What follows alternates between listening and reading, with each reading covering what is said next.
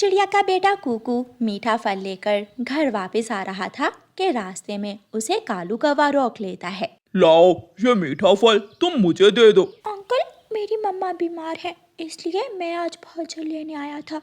आप मुझे जाने दें। चल चल, अगर ज्यादा बात की तो जान से मार दूंगा। कौवा छोटे बच्चे से मीठा फल छीन लेता है और वहाँ से भाग जाता है। कुकू रोने लग जाता है। गंदा गंदा कौवा अंकल मेरा फल छीन कर ले गया। छोटा कुकू रोता हुआ दोबारा जंगल की तरफ लौट जाता है। उसे एक आम का पेड़ नजर आता है जिस पर आम तो थे, लेकिन अभी आम कच्चे थे। कुकू वहाँ बैठ जाता है। अगर इस पेड़ के आम पके हुए होते तो मैं अपनी मम्मा के लिए यहाँ से आम तोड़ कर ले जाता। चुप कर जाओ छोटे बच्चे, मैं तुम्हें पका हुआ आम दूंगा।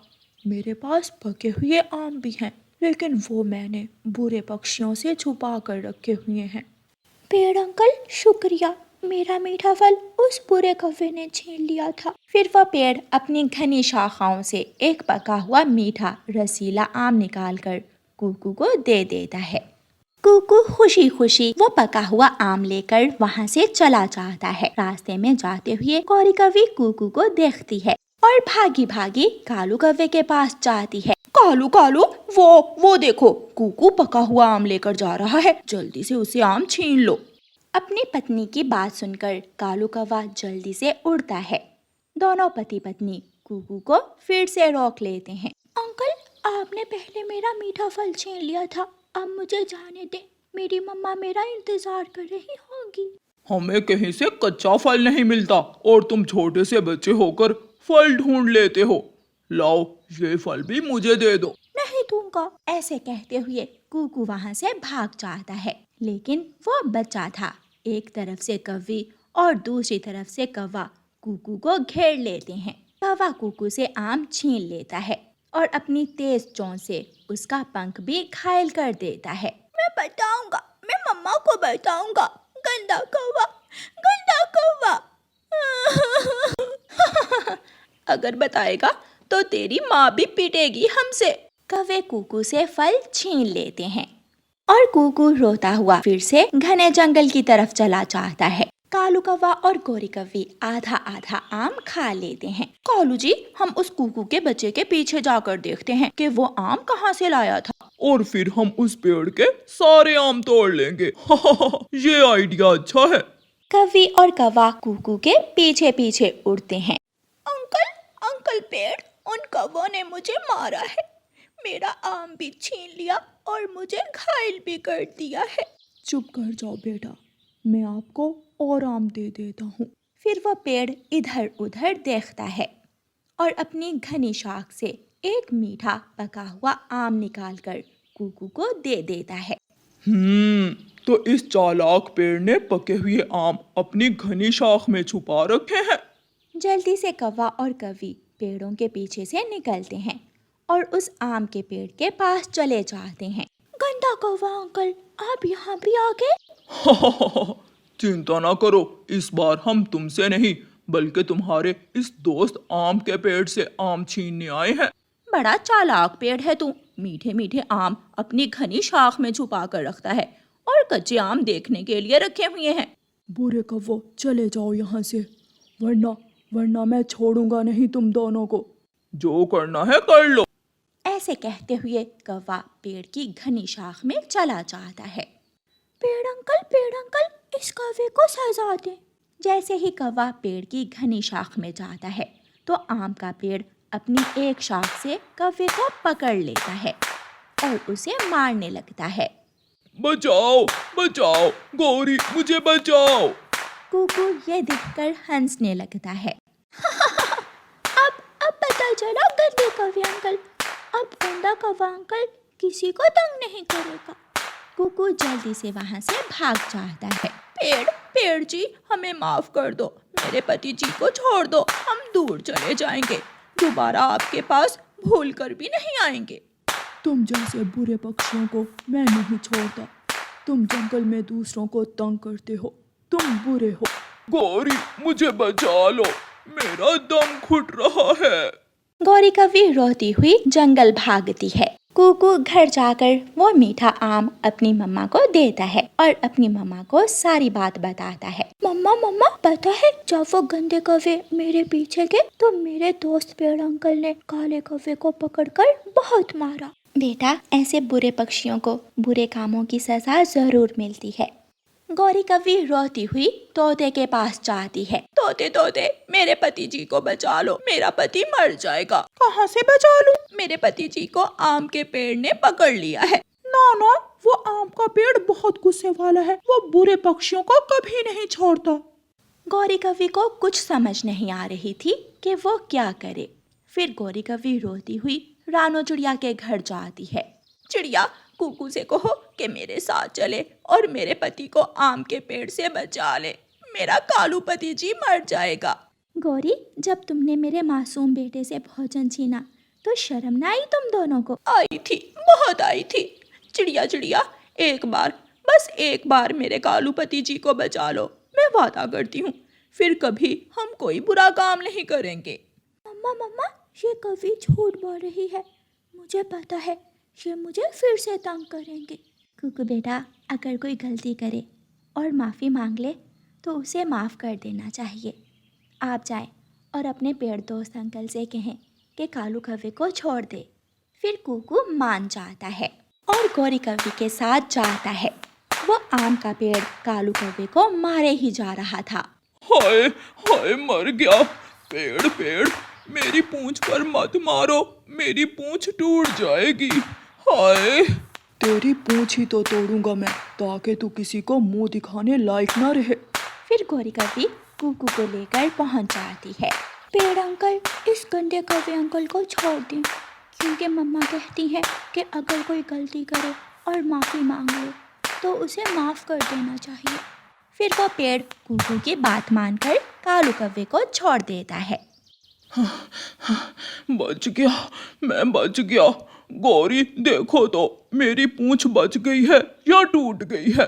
अंकल गंदे कौवे, अगर दोबारा मुझे तंग किया तो मैं अपने दोस्त से कहूँगा कि आपके रानो चिड़िया ने जिस पेड़ पर अपना घर बनाया था उस पेड़ पर मीठे फल लगे हुए थे। चिड़िया बहुत खुश थी। चिड़िया के साथ वाले पेड़ पर एक कौवे और कव्वी का घर था, मगर उस पेड़ पर पत्ते ही पत्ते थे, कोई फल ना था। गौरी, अगर हम चिड़िया से उसका पेड़ ले लें तो हम मजे मजे से मीठे फल खाया करेंगे। चिड़िया के पेड़ पर मीठे फल हैं और हमारे पेड़ पर पत्ते ही पत्ते हैं। वो छोटी चिड़िया बहुत जल्दी मेरी बातों में आ जाती है। मैं अभी उस छोटी चिड़िया के पास जाती हूँ और उसे अपना पेड़ देकर उससे उसका पेड़ ले लेती हूँ। गौरी कव्वी चिड़िया के घर जाती है। चिड़िया चिड़िया, मेरी बहन चिड़िया, तुम्हें तो पता है मेरा रंग धूप से काला हो जाता है और मेरे घर पर धूप ज्यादा है, इसलिए तुम मेरा घर ले लो और मुझे अपना घर दे दो। नहीं नहीं गौरी बहन, जिस पेड़ पर मेरा घर है उस पेड़ पर मीठे फल हैं और तुम्हारे पेड़ पर पत्ते ही पत्ते। मैं ऐसा नहीं करूँगी। चिड़िया बहन, मैं कौन सा फल खाने से रोक दूंगी तुम्हें? ये फल तुम्हारे ही हैं, बस तुम मुझे अपना घर दे दो और मेरे वाला तुम ले लो। चिड़िया बहन, मेरा रंग तो पहले ही काला है, अगर धूप पड़ती रही तो मेरा रंग और भी काला हो जाएगा। चिड़िया गौरी की बातों में आ जाती है। अगर ऐसा है तो ठीक है, मगर याद रखना मैं अपने पेड़ के फल तुम्हें नहीं दूंगी। चिड़िया मान जाती है। चिड़िया अपनी बेटी को लेकर कौवों के घर में चली जाती है और कौवे चिड़िया के घर में आ जाते हैं। मम्मा, गौरी आंटी बहुत तेज है, उसने जरूर धोखे से हमारा पेड़ हमसे लिया होगा। गुड़िया बेटी, वो पड़ोसी है हमारी और पड़ोसियों के काम आना हमारा फर्ज है। फिर दूसरे दिन चिड़िया अपनी टोकरी लेती है और मीठे फल के पेड़ पर जाकर मीठा फल तोड़ने लगती है। गौरी कव्वी अपने घर से निकलकर बाहर आती है। अरे अरे छोटी चिड़िया, रुको, ये तुम क्या कर रही हो? ये पेड़ हमारा है, इस पेड़ पर हमारा घर है, मैं तुम्हें अपने पेड़ से फल नहीं तोड़ने दूंगी। गौरी, तुमने वादा किया था कि तुम मुझे मेरे पेड़ से फल लेने दोगी। गौरी के वादे ऐसे ही होते हैं, चुप करके चली जाओ वरना कालू जी डंडा लेकर आ जाएंगे। चिड़िया कमजोर थी, इसलिए वो कौवों से जल्दी ही डर जाती थी। चिड़िया अपने घर चली जाती है। गुड़िया बेटी, आपने ठीक कहा था, उस गोरी की बच्ची ने मुझे हमारे पेड़ से फल लेने से मना कर दिया है। अब हमें दाना लेने दूर जाना होगा। मम्मा कोई बात नहीं, आप चिंता ना करें। उसी दिन दोपहर के बाद तेज बारिश शुरू हो जाती है। मम्मा चिड़िया अपने पेड़ के नीचे बैठी हुई थी। पेड़ के पत्तों से पानी टपक टपक कर चिड़िया के पंखों पर गिरने लगता है और चिड़िया के पंख लाल हो जाते हैं। ये तो मेहंदी का पेड़ है। इस पेड़ को वो कौवे बेकार का पेड़ समझ रहे थे, मगर ये तो बहुत काम का पेड़ है। चिड़िया अपने घर में जाकर अपनी बेटी को बताती है, गुड़िया बेटी देखो देखो मेरे पंख कैसे लाल हो गए हैं। ये सब इसी पेड़ के कारण हुआ है। इस पेड़ के कारण? मगर कैसे मम्मा? बेटी गुड़िया, ये मेहंदी का पेड़ है। अब ये पेड़ हमारे बहुत काम आएगा। फिर दूसरे दिन जब बारिश रुक जाती है तो चिड़िया अपने पेड़ से कुछ पत्ते तोड़ती है और उन पत्तों को धूप में सुखाती है। मम्मा पत्ते सूख गए हैं, अब इन पत्तों से हम क्या करेंगे? बेटी गुड़िया, अब इन पत्तों को पीसकर हम मेहंदी तैयार करेंगे, जो हम पक्षियों को बेचकर अच्छा मुनाफा कमाएंगे। मम्मा चिड़िया उन पत्तों से मेहंदी तैयार करती है और जंगल में बेचने चली जाती है। मेहंदी लो मेहंदी, गहरे लाल रंग की मेहंदी लो। चिड़िया बहन 50 की मेहंदी मुझे भी दे दो। मुझे भी, मैं भी मेहंदी लूंगी। पक्षियों की भीड़ लग जाती है। पहले ही दिन चिड़िया की सारी मेहंदी बिक जाती है और चिड़िया को अच्छा मुनाफा होता है। गुड़िया बेटी, मेहंदी तो सारी ही बिक गई। अब हम हर रोज इस पेड़ से पत्ते तोड़कर मेहंदी बना लिया करेंगे। ऐसे कुछ ही दिन में चिड़िया अपने घर को नया रंग करवा लेती है और अपनी बेटी के लिए एक बड़ा झूला भी लगवा लेती है।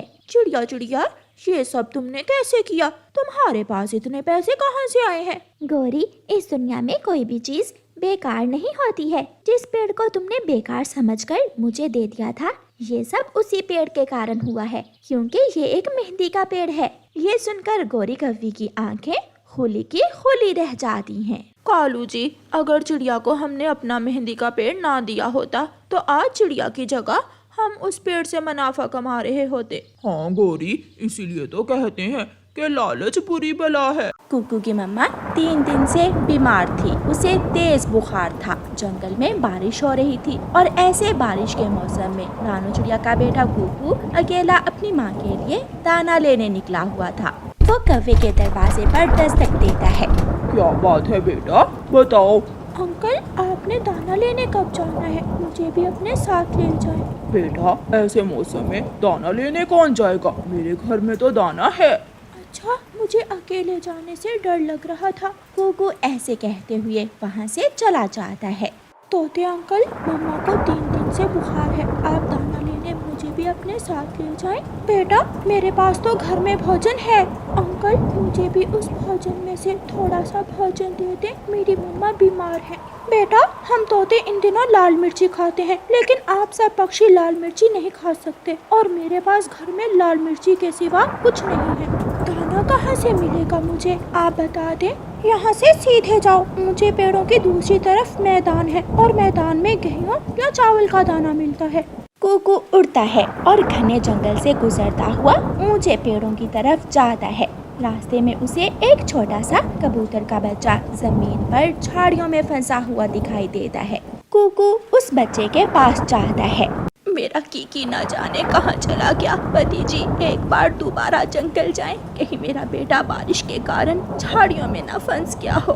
मैं 2 बार पूरा जंगल घूम कर आया हूँ, लेकिन मुझे कहीं भी कीकी दिखाई नहीं दिया। चुप कर जाओ लूसी, चुप कर जाओ। शायद अब हमारा बेटा कभी लौट कर वापिस नहीं आएगा। दोनों पति पत्नी उदास बैठे हुए थे। कुकू कीकी को झाड़ियों से बाहर निकालता है। कीकी, आप यहाँ कैसे फंस गए थे? मैं बारिश में नहाने घर से निकला था कि तेज हवा मुझे यहाँ ले आई। मैं कब से मदद की गुहार लगा रहा था। चले, मैं आपको आपके घर तक छोड़ देता हूँ।